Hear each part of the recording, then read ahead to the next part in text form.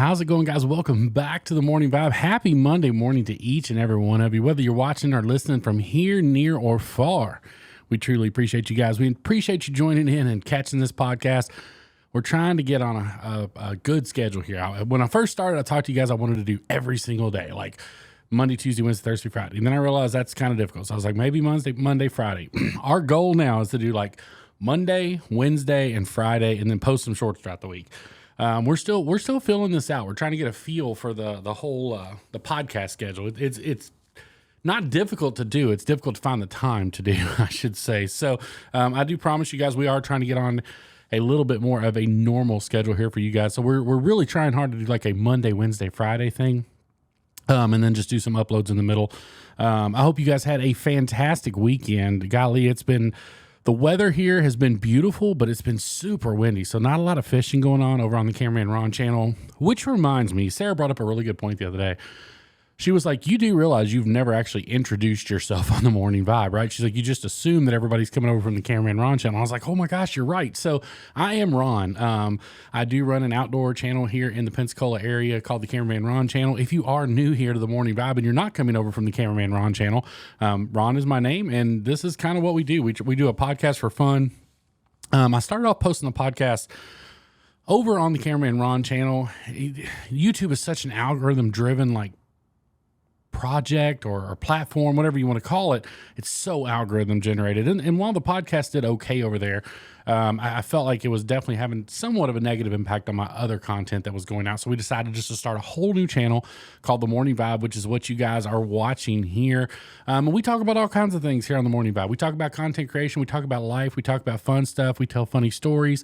You'd really never know what you're going to get. To answer, I've been getting a lot of questions here lately about if we are ever going to put this on a podcast only platform. And the answer to that is yes, we are. I'm working on it right now. So our website, which I've got linked down below, has a place there for podcasts. So I'm trying to figure out exactly how that works on the website that we already have established. That way I'm not trying to do, a new website and all that kind of stuff. But we are working to get these put out on just like a straight podcast format. That way you can listen to them in your car. You don't have to tune into YouTube. For now, that's all you really have to do. You just kind of come in, you turn your YouTube on, let it run in your car if you're listening on your way to work, whatever you'll want to do. So today we're gonna call this Motivation Monday. I like the sound of it. I'm not sure whether it's going to motivate you or not, but we're going to call it Motivation Monday because today we're going to talk about the race of life, and that's a real thing. And let me dial it back a little bit for you guys. So probably, I want to say 5 or 6 years ago, maybe 7 years ago now, I decided I was going to run a half marathon. Now, before you start laughing, I know by looking at me, you probably would never guess that I'm going to run a half marathon. However, I did. I've actually ran 2 of them. Both of them were the Kentucky Derby mini marathon. And what really got me thinking about this was the Derby just happened this past Saturday up in Kentucky. A horse named Mage won. I'm going to talk about that here in just a minute, but this is a different race that we're talking about. Part of the lead up to the Kentucky Derby, if you're not from that area, is the Kentucky Mini Marathon. It's a half marathon, 13.1 miles, all throughout downtown Louisville there. Really, really cool race. Very flat race. It doesn't have a whole lot of hills at all, which is what I really liked about it. And part of the race, you actually run through Churchill Downs. So very, very cool little half marathon to run it if you're not from the area, and if you are a runner and you never ran the Derby Mini. It is awesome. There's a full marathon too. If you're one of those crazy people who actually likes to run 26.2 miles, God love your heart and more power to you, but they do have a full marathon there as well. But what I want to talk about is when I was training for the first half marathon I ran, a great friend of mine, Rob Carter, who is a dedicated runner. This dude he wakes up and runs 10 miles just to, make a smile on his face. He's one of those guys that just absolutely is ate up and loves running. I'd been training. I think I was on like a 12-week program to get me ready for this half marathon. It was an actual regimented half marathon training schedule that I was on. He had actually turned me on to it, and I was about halfway through it. And actually, I would say I was about 3/4 of the way through it because it was the week that I was supposed to run 9 miles. I was going to run 9 miles. Well, Sarah and I took a trip to Panama City Beach. And I told Sarah, I'm like, I'm going to go ahead and I'm going to see if I can run 13 miles today. I'm like, There's not ever going to be better conditions. It was early April. It was cool. And then everything in Florida is flat. I was like, if I can run it, if I can run it, it's going to be here. So took off that morning, ran the 13 miles. I didn't run 13.1. I was very careful because I didn't want to, do the full half marathon. I wanted to actually save that for race day. But I got back and I was kind of talking to Rob about my times and how I'd done. And I walked a little bit. And he said, well, the most important thing, he said, is when you get ready to start the race, he said, take a really good look at all the people around you. He said, and then about 5 or 7 miles into the race, he said, look around and find your racing buddy. I'm like, what do you mean, find my racing buddy? He's like, there will be a person or two, or maybe 3 or 4, that you will recognize around mile 5 or 7 that you remember from the start of the race. He said, there's going to be a lot of people you don't. He said, he's like, there's going to be people all around you around mile 5 or 7. He said, but if you look hard, he's like, you're going to find some that are your racing buddies. That's your pace. They're your pace partners. They are running the same pace you are. They're running the race that you are. More than likely, they're using you to keep up, or you're using them to keep up, and you don't even realize it. So sure enough, about 5-6 miles into the race, I look around. I'm like, oh, I recognize that guy from the start finish line. Hey, I recognize that gal from the start finish line. And there was about 3 or 4 people. And I found myself, if I wanted to slow down, it was difficult for me to slow down because I was chasing them. That was my racing buddy. I found them. I've been able to keep up with them for 5 to 7 miles. There's no reason I can't keep up with them the last 6 or 7. So I'd found my racing buddy. And it wasn't until after that race was over that it occurred to me that finding your racing buddy doesn't just apply to a half marathon. You need a racing buddy for life. And I know that sounds kind of cheesy and kind of corny, but it really is relative. And, a lot of the stuff that's been going on the first half of this year has really got me thinking about that. Like, who's my racing buddy? Obviously, Sarah, the PYT, is the number one. My mom and dad, they're always going to be there. But as you guys know, I just had my guys down on the guys trip here a couple weeks ago. And it occurred to me that they are my true race buddies. Now, I don't get to see them nearly as much as I used to since we moved to Florida because all of them do, live in Kentucky. But they're the ones that 5, 6, 7 years into this, they're still there. They're the same ones that were there at the start line. They're the same ones that are there around the 5 to 7 year mark. And they're going to be there, when we reach goals along the way. Now, obviously, we've got tons of little goals along the way that we want to hit. But those are the racing buddies. And just like a half marathon, when you're chasing dreams or chasing goals, you have to look at that like a race. It's important because when you are out there, like chasing these dreams, chasing these goals, guys, it's hard. It is hard work to chase your dreams. It's stressful to chase your dreams. And everybody's path, everybody's race is different. You can do anything you want to do, but the problem is so many people get caught up in trying to do it how other people do it. If you want 1,000 subscribers on YouTube, you can get to 1,000 subscribers on YouTube. Now, your path might be different from mine, just like my path might be different from someone else, but you 100% can do that. But you have to run your own race. You have to find out who your racing buddies are. It's not always going to be the people that you think it is. You might look around and think, that guy's built like me. He's probably going to run this race just like I am. No, that guy might take off like a rocket and get 3 miles ahead of you, but you never know. He might fade at mile 8. So you have got to make sure you look up and see who your racing buddies are, so to speak, as you're moving through the process. Because I promise you, those guys and gals will always be the ones that are there for you. No matter what happens along the way, no matter what obstacles you come across, they're always going to be the go-tos. Now, you're going to have other people that's going to play major, major important roles throughout that journey, throughout that race. Don't ignore them. You might find that guy that hits you at mile 7 or 8 and pushes you to be better for the next 2 miles, for the next 2 years. Don't be scared of that. Don't let that person not push you because you're scared that they're not your racing buddy, that you're not, they're not that person that's pushing you through life. It's okay to let people come and go. I've done a podcast on this before where we talked about people coming in and out of your life for seasons or whether they're there for a lifetime. There are very, very few people. I said this in a full podcast, so we talked about this. There are very, very few people that are going to be in your life for a lifetime. That's just, it's the sad reality of it. You're going to have different groups of friends. You're going to be in different circles throughout your entire life. That's inevitable. That's always going to happen. The important thing is you keep that core circle intact and you make sure that you're there for them when they need you to be there for them, and you lean on them when you need them to be there for you, because I promise you, they will be. Your racing buddy will not let you down. They will be there when you cross the finish line, good, bad, or ugly. And that's so important to understand and to realize. It's this year especially, when we started doing content creation 2 years ago, 2.5 years ago, when we got really serious about it, everybody asked, we've had the channel for like 5 years, but we've been serious for about 2.5 years, pretty much, I'd say mid 2020. So I guess we're pushing 3 years now. We really got serious about it and got, on a consistent upload schedule, and was doing, the things we needed to do that we felt like was the right things to do to move our channel in the right direction. Now, we've done a lot of different things over on the Cameraman Ron channel, but we've kind of dialed it in now to where we want it to be. And for the first time this year, I've had the time to completely focus on my line and my race path.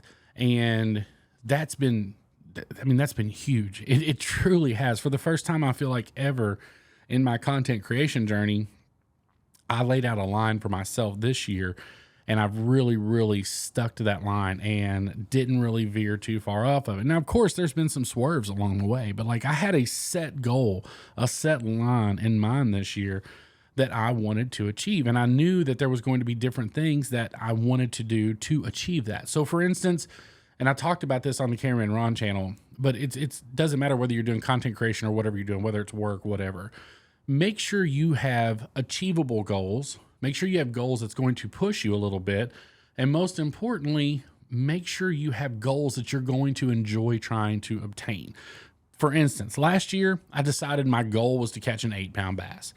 Well, the problem, that sounds great on paper, right? Like, heck, who doesn't want to catch an 8-pound bass? Well, the problem with that was in order to do that, I needed to invest every bit of my time in targeting bass, it's just not what I wanted to do.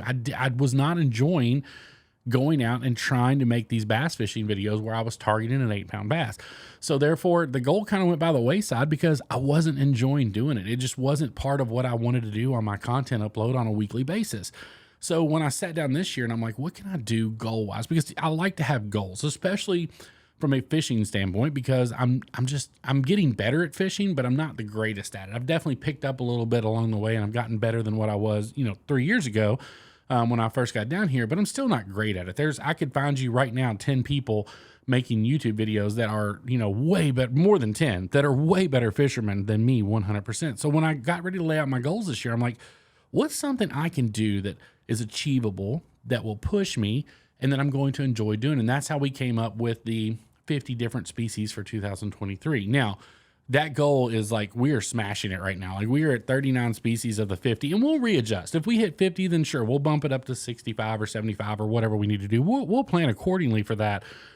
But for me, I set that goal because it was achievable. It was something I had to work for. It wasn't going to just happen, and it was something that I enjoyed doing. I put a post out on the Cameraman Ron Facebook page a couple days ago of a soapfish. Now, if you're coming over to the Morning Vibe and you're not sure what a soapfish is, that's perfectly fine. If you're not familiar with fishing, you probably don't. But let me just explain to you. A soapfish is about this big, and that's as big as they get. They don't get any bigger than that, right? Like, you're not going to go out and catch a giant soapfish. I would be interested to see what the state record soapfish is, if that's even documented. But I got super excited. Like, I did, because it just seemed like I was fishing in the spot where these fish normally are. Everybody around me was catching them, and I couldn't catch one. I couldn't catch a stupid soapfish. Now, this fish is irrelevant in the grand scheme of things. So, but it gave me something to chase every day out on the boat. And I know that sounds crazy, but I was wanting a fish this big. Like, I didn't care if I caught a bull red. I didn't care if I caught, a keeper trigger fish, which we were catching. All I wanted was this stupid little soapfish, because I'd already caught a triggerfish. I'd already caught a redfish. I needed a soapfish for this goal. So it makes, when you do goals that you enjoy doing and that you find fun in, you have to have fun chasing your dreams and chasing a goal. It's instrumental.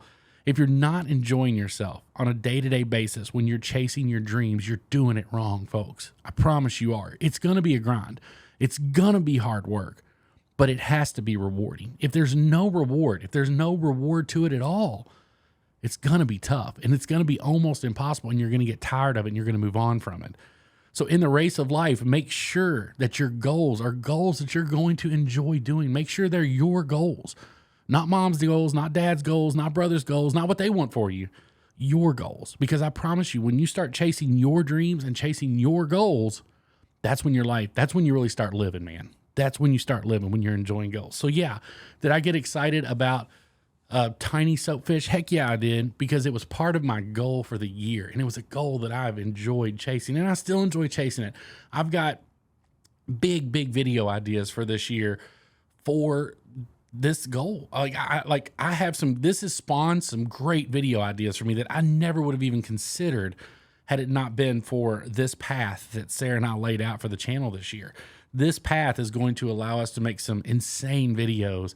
Once we get down, because everything we've caught so far has been the easy stuff, right? Now we got to start targeting fish. Now there's still a couple bycatches that we could get that we'll roll around and it'll chalk up towards the species. Like the other day I caught a pigfish, and I hadn't caught one yet. And pigfish are just little bitty, trash fish, so to speak, bait fish. But it was part of the goal. So there's still a few of those that I can catch, but we're narrowing it down now to where I'm going to really have to start getting out there and targeting some species. And I'm so excited about that, because the goal, just like anything, as you get closer to it, it becomes, you can see it, but it seems like it's farther away. So at the beginning, it's like you get everything you catch is a new species for the year, right? Like every single thing you catch, you've never caught it before. Went out to Arms Family Homestead 2 weeks ago, and I'm catching green sunfish and bluegill and little bitty spotted bass, but I'm excited because they're brand new species on the year. I'm having the time of my life, which I always do, because I do enjoy creek fishing a lot. Yeah, I mean, you guys have no idea how much I love going out and making creek fishing videos, especially at Arms Family Homestead. If you're not familiar with that, check out the last video I posted on, or a couple videos back on the Cameraman Ron page, and you guys will see this place is it's absolute magic. So every time you catch something new, it works towards that goal. So make your goals achievable. Make them be a stretch. Don't make it too easy. I could have went out and said, hey, I think I can catch 20 species this year. Well, I can count on this table right now 20 species that I can just get as bycatches here in Pensacola. So I wanted to make it at least a little bit challenging. I will tell you, it has not been as difficult as I thought it would be. I was thinking that it was going to be way harder than what it is, and that's why we're thinking about bumping it out to a higher number. But it was an achievable goal. It was a stretch goal, and it was a goal that I had fun chasing. And that is so important, that you have fun chasing your goals. Just like in a race, it's hard work, it's a grind, and it's like miserable sometimes while you're doing it, but the end, what you're chasing, you enjoy it. You know what you're working towards, whether it's for the medal or whether it's to say you did it. I'll be honest with you guys, when I ran my first mini marathon, I'm not sure even really what was going on. I was kind of in the middle of a little bit of a weight loss journey. I was really wanting to lose some weight. And it was just like, you know what, this is what I'm going to do. I'd ran 1 3-mile race, the Turkey Trot in Shelbyville in November. And then I told Sarah right after the first year, I was like, my New Year's resolution this year is to run a half marathon. And she was like, you should. She's like, that sounds really tough, but you should. So, talked to Rob, got on that training regimen, and I was able to run that race fairly easily. Now, did I have the best time? No, I think the first time I ran a half marathon, I think I ran it in 2 hours and 25 minutes. So it would, I'm not knocking it out of the park time-wise, but I did it. I ran the race and I completed the race, and it was, it was insane that I was able to run that race and achieve that goal that, 6 months previous just seemed like a daydream. Like there's no chance this guy is going to run the 13.1 miles at one time. I probably when I started that, I probably felt like I couldn't walk 1 mile. But it was a lot of fun chasing that dream and chasing that goal. And that's my message to you guys today. And I hopefully, this touches something for some of you. Make sure the people in your life are your true race buddies. They're the ones that are with you from the start. They're the ones that you can look around and find during the middle of the race. And they're going to be the ones there cheering you on when you cross the finish line. That is so, so important to have those people in your life. Number 2, chase your dreams. Don't let anybody tell you your dreams should be something other than what they are. Lay out your line for your life and put your dreams first, your goals first, and work those goals. And I promise you the people around you will support you. You might not even think so, but like Sarah and my mom and dad, they're probably the three biggest supporters in my life. And they have been there through thick and thin, no matter how crazy that line looked to them. They were there. Like my dad told me, I mean, he won't care that I share this story. When I first started talking about becoming a content creator or becoming a YouTuber or whatever you want to call it, he was all on board, right, to my face. But he's told me that behind the scenes, he's like, he is out of his mind. Like, what is he thinking? Like, he's not gonna be able to make a living this. But he never told me that. He never once like tried to deter me or tried to swerve me from my path, because he knew that I could see my line. He knew that I could see that race. So he was 100% supportive. And then once we started making money, he was like, oh, okay, this is how you do this. And then he was all in. Not that he wasn't all in the beginning. He was all in for me at the beginning. Later down the road, he understood and he saw the path that I saw. And that's the real people in your life. The people that support you when they don't see the same line that you do, but they're all in for you because they know that you've picked a line that you want to achieve and that you're going to chase those dreams. That's when you find the real race buddies in your life. The people that may not see your line like you do, but they still support you through it and they still help you out along the way. And they're always there for you. They will be the ones there cheering with you at the finish line each and every time. I promise you that. Guys, I hope you guys enjoyed this one. If you did, give it a great big thumbs up. If you're new here to The Morning Vibe, make sure you smash that subscribe button like I smashed that medal 5, 6, 7 years ago, whatever it was, when I crossed the start-finish line at that 13.1-mile race in downtown Louisville. Guys, make sure you find a way to make somebody smile today. You never know. It just might change the world. We can't wait to see y'all on the next one. Y'all take care. We'll see you soon.